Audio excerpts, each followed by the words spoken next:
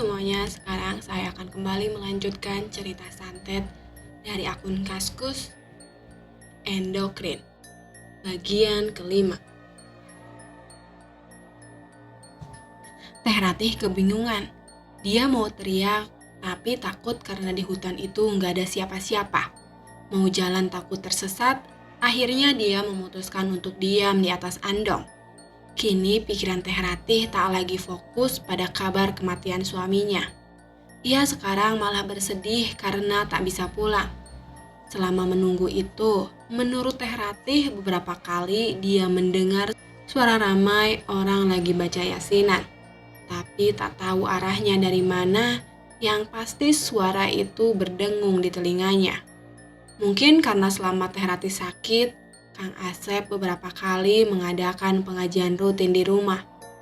Karena saya penasaran, maka bertanya berapa lama dan apa saja yang dilakukan Teh Ratih waktu itu. Dia bercerita ketika sedang duduk di atas andong, dia didatangi seorang perempuan.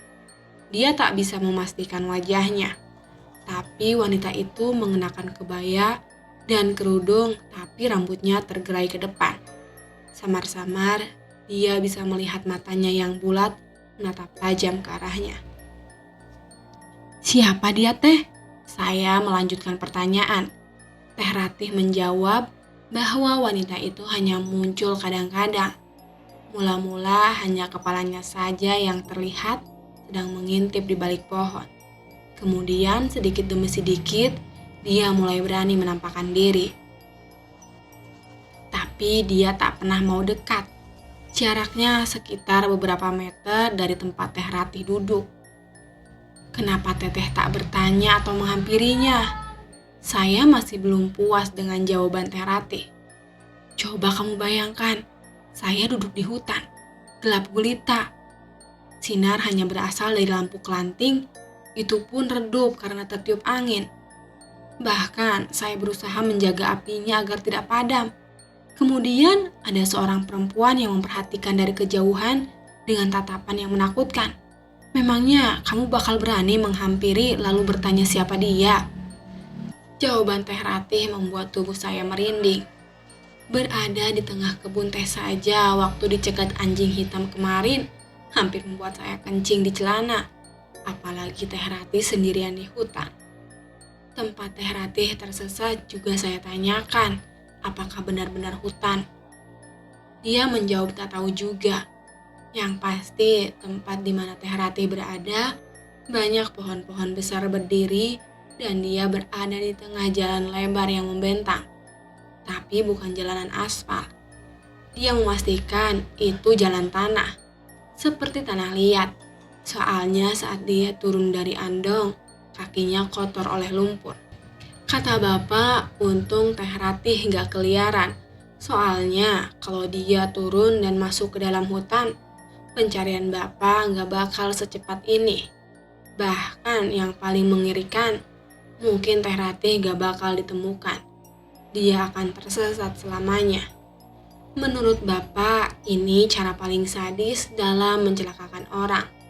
Soalnya kalau hanya sekedar kirim paku, muntah darah, atau bahkan sakit kepala, medianya hanya menggunakan boneka dan itu cara paling kasar.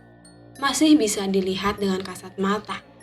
Tapi kalau sudah sampai menarik sukma dan menggantinya dengan siluman, itu cara paling halus tapi mematikan.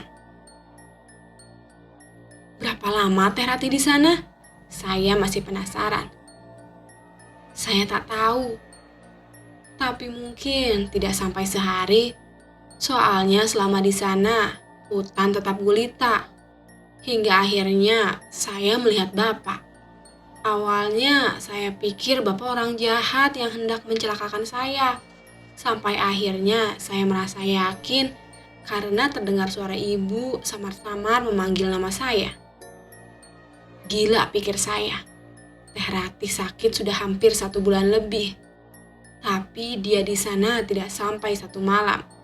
Saya ingin menanyakan perbedaan waktu ini kepada bapak. Tapi rasanya waktunya tidak tepat. Jadi saya urungkan niat. Kapan-kapan saja. Oh iya Pak, mengenai wanita yang selalu memperhatikan saya, itu siapa ya? Tanya Teh Ratih kepada Bapak. Mungkin dia juga penasaran. Tapi Bapak menjawab sewaktu menjemput Teh Ratih, dia tak melihat apapun. Itu bisa siapa saja. Tapi Bapak bilang tak penting lagi. Yang penting sekarang Teh Ratih sudah sembuh. Bapak berpesan agar nanti sebelum tidur berdoa dulu. Bisa Al-Fatihah atau bahkan Bismillah juga tidak apa-apa. Setidaknya ada penjagaan. Bila ada hal-hal aneh, kita bisa tersadar. Dua orang pria yang menjemput Teh Ratih itu adalah suruhan, kata Bapak. Mereka ditugaskan untuk menjemput Sukma Teh Ratih. Mendengar keterangan Bapak, Teh Ratih baru sadar bahwa saat dia bangun dan membuka pintu, ternyata hanya Sukmanya saja, sedangkan jasadnya masih terbujur di tempat tidur. Saat itulah siluman suruhan masuk menggantikannya. Pak, apa Bapak bisa untuk membalikan santet ini agar dikembalikan kepada yang mengirim?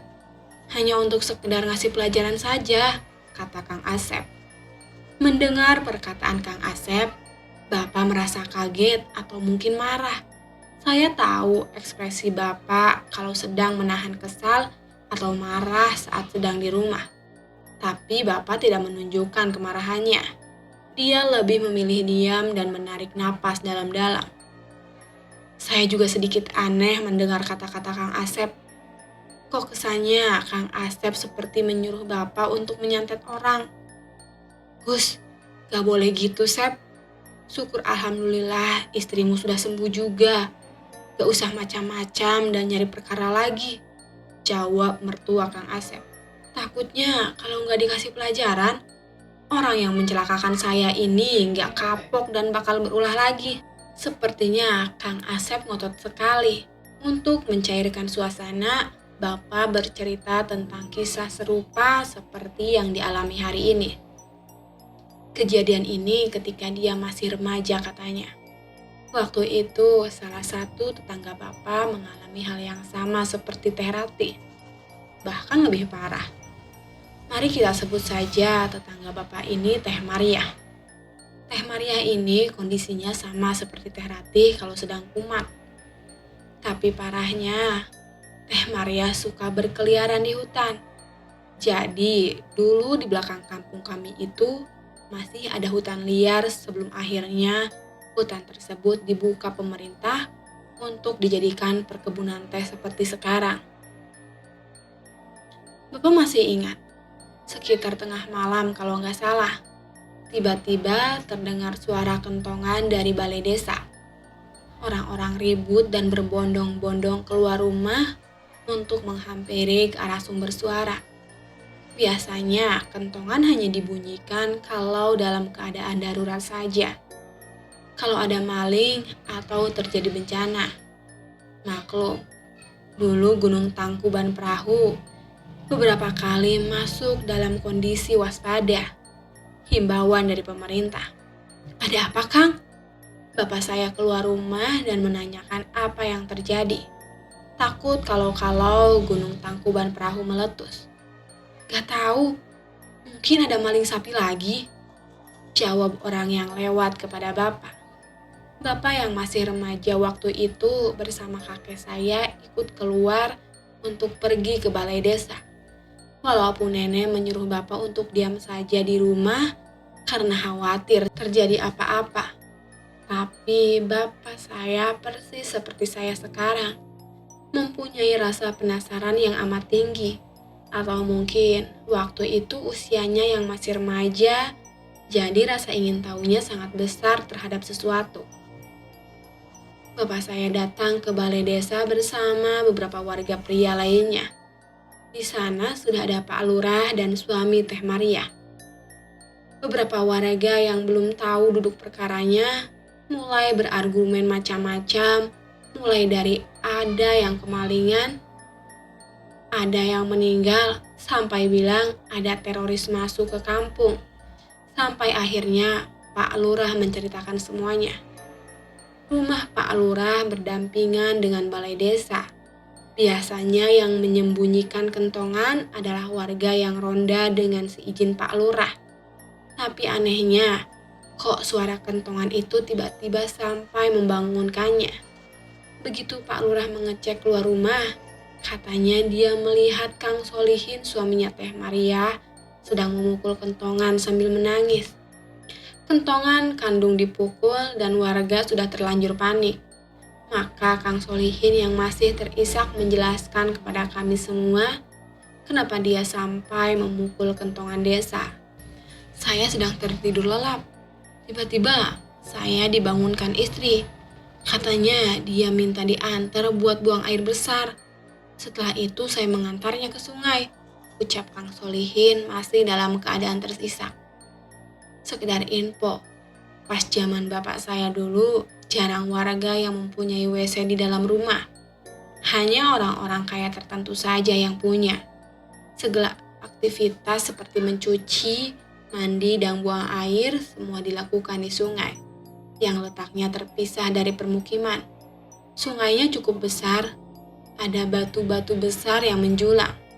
Tapi kalau musim hujan, batu-batu itu terendam karena air meluap. Dan juga di hulu ada air terjun yang cukup tinggi. Sehingga dari hilir kita bisa mendengar suara gemuruh air terjun. Kalau pada siang hari indah dan banyak anak-anak yang berenang di sana. Tapi kalau malam hari nggak ada yang berani kecuali orang kebelet saja. Begitu menurut Bapak. Saya suruh dia untuk jongkok di pinggir saja. Karena saya khawatir air sungai sedang meluap. Karena tadi sore hujan. Tapi dia menolak. Takutnya ada orang lewat katanya. Saya kira sekarang masih jam 8. Makanya saya mengizinkannya saja ketika dia mau maju ke batu yang berada di tengah sungai. Kang Solihin melanjutkan ceritanya. Gila, pikir saya. Kang Solihin tidak sadar bahwa ini hampir jam 1 malam. Para warga mulai berpendapat macam-macam tanpa mendengar penjelasan Kang Solihin sampai selesai.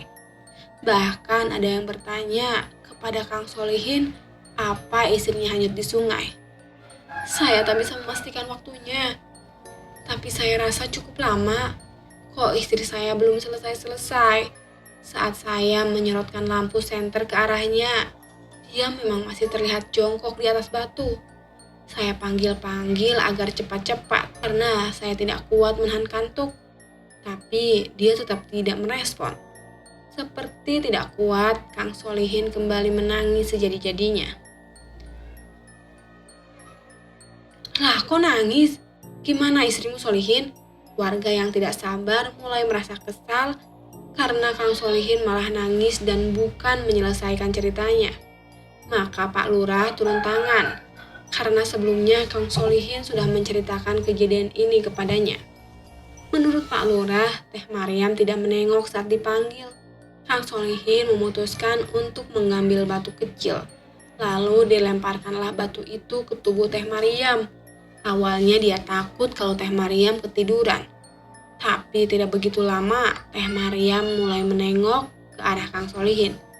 Namun ada yang aneh dengan istrinya Kang Solihin. Saat menengok, dia melihat muka seram bukan main. Matanya melotot sempurna. Wajahnya pucat pasih. Rambutnya tergerai menutupi sebelah wajahnya dengan senyum misterius. Kang Solihin langsung tersentak kaget dan juga takut tentunya. Bahkan yang lebih mengerikan lagi menurut Kang Solihin, istrinya itu tertawa ngik-ngik. Karena ketakutan, Kang Solihin terpaku dia menyaksikan istrinya yang berubah. Hingga akhirnya Teh Maria meloncat-loncat di atas batu. Dia pergi menuju hulu ke arah air terjun.